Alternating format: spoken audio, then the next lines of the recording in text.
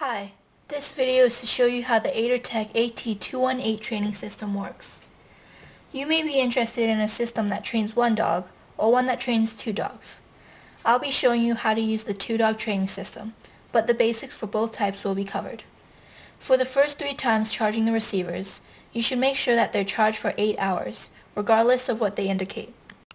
So here we have the fully charged receivers. You can tell with this one because both the red and blue lights are solid. The lights go off once the receivers are unplugged.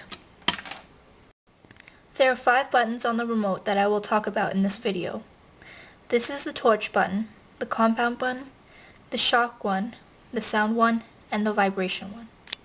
We also have a thumb wheel on the top. To turn on the remote, press the torch button. Notice how the red light is not on the first dog. We can change that by holding down the compound button until the red light does move to the first dog. Now we can turn on the receiver. As you have probably noticed, there is a power button on one side. You just have to press and hold it until the red light comes on and you hear a beep.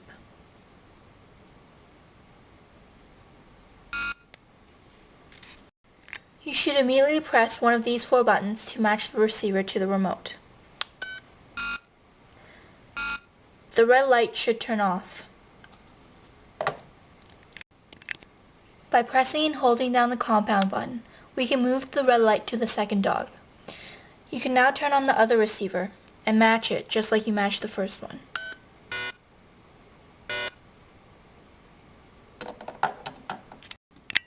You can program the system to control the dogs separately or simultaneously. The programming function works separately with each receiver. For example, you can set your shock level to 4 with the first dog, 3 with the second dog, and 5 with both dogs. Of course, you can change all of them to be at the same level too.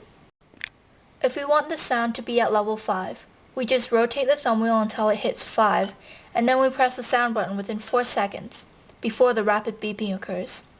And if I wanted to change the shock level of the second dog to 9, the compound button is used to move the red light to the second dog. Then, the thumb wheel is rotated to 9, and the shock button is pushed. You can choose never to shock your dog by programming the shock level to 0. The test light is used to show how strong the shock is. To check that the shock function is working, we would have to press the shock button. If a button is pressed continuously, the function will be given continuously.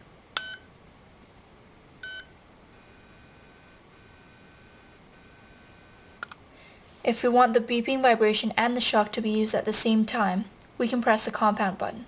There's no need to hold it this time.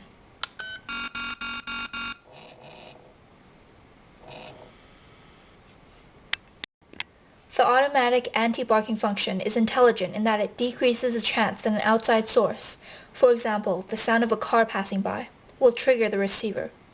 You can turn this on for the first dog by moving the light to its correct position and then holding the torch button and pressing the sound button. You can choose to do the same for the second dog. There is one more function with this system, the LED light. It can be used in dark settings and is turned on by pressing and holding the torch button.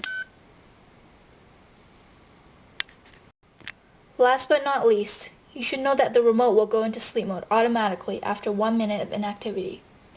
Thanks for watching.